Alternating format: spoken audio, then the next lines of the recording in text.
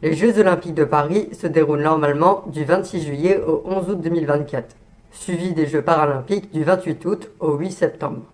On peut s'attendre à des perturbations en tout genre, parce que l'organisation de méga événements de cette ampleur est tout simplement trop compliquée, à un point qu'on pourrait dire ingérable. Si des entités aussi puissantes que l'État français, aidées par des entreprises et des comités internationaux, est incapable de l'organiser, peut-être qu'il serait plus sage d'y renoncer. Mais le capitalisme ne renonce jamais. Cette vidéo pour résumer les principales critiques à l'encontre des Jeux Olympiques et donner des sources pour les comprendre. Rappel en passant qu'il n'a jamais été que question de sport dans les Jeux Olympiques. Depuis leurs origines, ils servent à des dessins politiques multiples et complexes. Chaque session a connu ses détracteurs, ses boycotts, ne serait-ce que quand les nazis ont participé à ceux de 1936. Et ce n'est pas pire maintenant, loin de là. En attendant les perturbations, les vrais drames sont déjà là. Les Jeux Olympiques sont un drame économique. On augmente tout jusqu'au ticket de métro dont tout le monde a besoin. Toujours plus de Airbnb, de multipropriétaires et de logements vides. Un gain d'argent énorme pour les grandes marques sponsors et les autres. Pareil pour les organisateurs.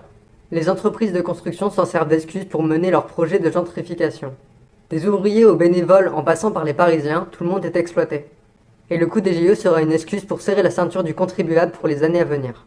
Une horreur capitaliste contre laquelle résiste courageusement Saccage 2024 et Sbeul 2024. Les Jeux Olympiques sont un drame écologique. De nouvelles constructions qui seront inutilisées par la suite. Un transport de matériel et d'individus énormes sur des distances tout aussi grandes. Une émission de carbone incompressible pour une ode à la surconsommation. Et tout ça derrière un greenwashing cinématographique qui va à l'opposé de tout ce que préconise le GIEC ou tout individu qui est conscient de l'état de notre planète. Le cirque continue alors que les Jeux d'hiver de 2030 sont annoncés dans les Alpes. Les Jeux Olympiques sont un drame social. La grande fête populaire a des tickets qui coûtent un demi-smic. On expulse des étudiants pour récupérer leur logement. On interdit de sortie les internés en psychiatrie et on vire les travailleuses du sexe pour pas que les touristes les voient. Évidemment, on dégage les SDF et on en profite pour envoyer une flopée de migrants le plus loin possible. Le collectif Le Revers de la Médaille a fait le bilan du nettoyage social qui a précédé les Jeux Olympiques de Paris. Les Jeux Olympiques sont un drame liberticide. La prise de risque de l'événement demande des mesures sécuritaires drastiques. S'il y a eu promesse de l'inverse, on peut être sûr que ces mesures exceptionnelles deviendront la norme de demain. Une raison de plus pour réprimer les militants. Des dizaines de milliers de policiers, de militaires et d'agents de sécurité pour arpenter la capitale. Un passe-jeu qui transforme la ville en labyrinthe dont les Condés sont les gardiens. Des nouvelles technologies de surveillance, en particulier des caméras dites intelligentes, déployées un peu partout. Des associations comme Amnesty International ou la Quadrature du Net mènent actuellement campagne contre sa généralisation. Les Jeux Olympiques sont un drame divertissant.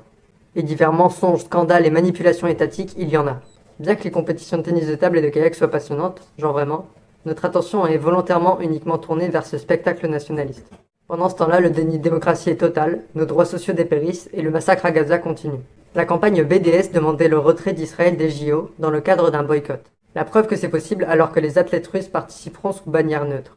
Et si vous vous dites que les athlètes israéliens n'ont rien demandé, les sportifs palestiniens non plus. Mais place au jeu, courage à ceux qui y participeront d'une autre manière qui prend tout cela en compte. Et puisse le sort vous être favorable.